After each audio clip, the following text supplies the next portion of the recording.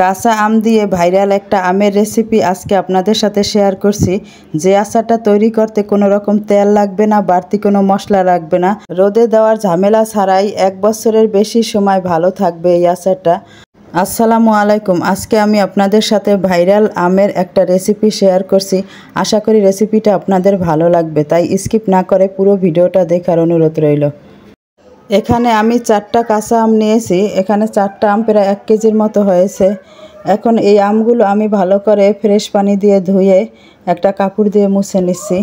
এরপরে of camera আমি আমগুলো কেটে আপনাদের দেখিয়ে দিচ্ছি। আমগুলো আমি এরকম সাইজ করে কেটেছি, এরকম রিং রিং করে। এখন এর থেকে ভিতরের আটিগুলো খুলে ফেলে দিচ্ছি।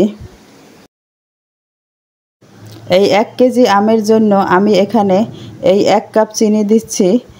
প্রয়োজন হলে আপনারা আরও বেশি দিতে পারেন। আমি এখানে 1 কাপ চিনি দিয়েছি। আর দিচ্ছি 1 চামচের মতো লবণ।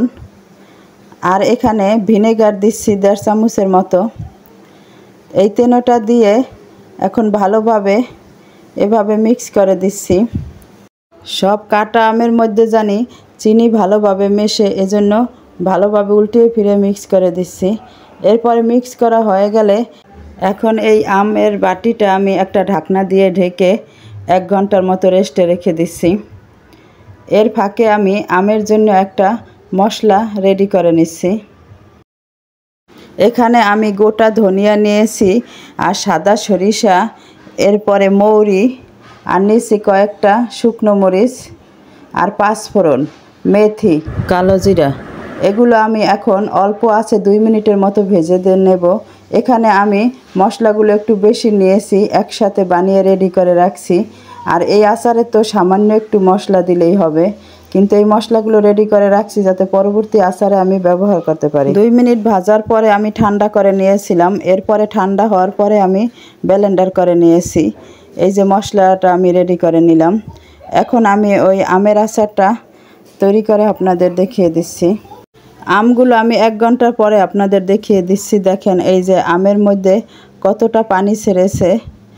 এখন এই চিনিগুলো মোটামুটি গলে গেছে।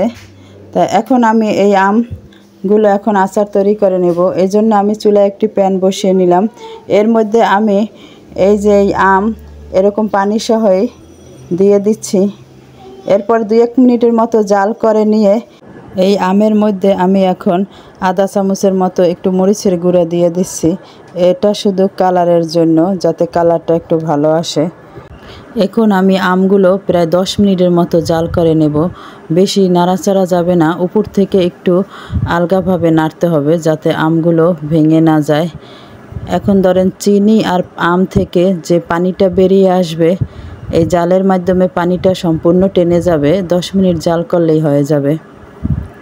প্রায় 10 মিনিট জাল করার পরে এখন দেখুন এই যে এরকম হয়ে আসছে, প্রায় পানিটা টেনে আসছে। এখন আমি আমার আচারের জন্য যে মশলাটা বানিয়েছিলাম ওই মশলাটার গুঁড়ো আমি 1 চামচের মতো দিয়ে দিচ্ছি। একেবারে কম মশলায় এই আচারটা তৈরি হয়ে যাবে। মশলাটা দেওয়ার পরে আমি 1-2 মিনিটের মতো জাল করে নিলাম। এখন আমার আচারটা রেডি হয়ে গেছে। এই তো কম মশলায় দেখেন কত সুন্দর একটা আচার তৈরি হয়ে গেল। এখন যে আচারের মধ্যে যে একটু পানির মতো দেখছেন, ওইগুলা ধরেন ঠান্ডা হয়ে গেলে ওইগুলা জমাট হয়ে যাবে, ওরকম আর পানি থাকবে না। সম্পূর্ণ পানিটা এখন টেনে গেছে। এখন সম্পূর্ণ আচারটা তৈরি হয়ে গেল। আচার রেডি হয়ে যাওয়ার পরে এখন আমি আচারটা একটা ডিশে পরিবেশন করছি। দেখুন কত সুন্দর হয়েছে আচারটা, দেখেই মনে হচ্ছে যে অনেক মজাদার হবে এই আমের আচারটা। আসলে এই আচারটা অনেক সহজ বানানো। আমি ধরেন এতদিন দেখেছি ভিডিওতে অনেকেই ছেড়েছেন, আজকে আমি ট্রাই করে দেখলাম। সত্যিই খুব অল্প সময় ঝটপটে এই আচারটা তৈরি করে নেওয়া যায়। আর এই আচারটা সবাই পছন্দ করে, বিশেষ করে বাচ্চারা। আমার বাচ্চারা এটা ধরেন বানানোর সাথে সাথেই প্রায় খাওয়া হয়ে গেছে। আজকে আমি আপনাদের সাথে শেয়ার করলাম ভাইরাল একটা আমের আচার, যে আচারটা অনেক মজার খেতে। এরকম একটা আচার আমি আমার মতো করে তৈরি করে দেখালাম। আশা করি আমার এই রেসিপিটা আপনাদের ভালো লেগেছে। তাই ভালো লেগে থাকলে লাইক সাবস্ক্রাইব করে আমার পাশে থাকবেন। আর যারা আমার বন্ধু হয়ে পাশে আছেন তাদের সবাইকে অসংখ্য ধন্যবাদ। সবার সুস্থতা কামনা করে এখানেই শেষ করছি। আসসালামু আলাইকুম।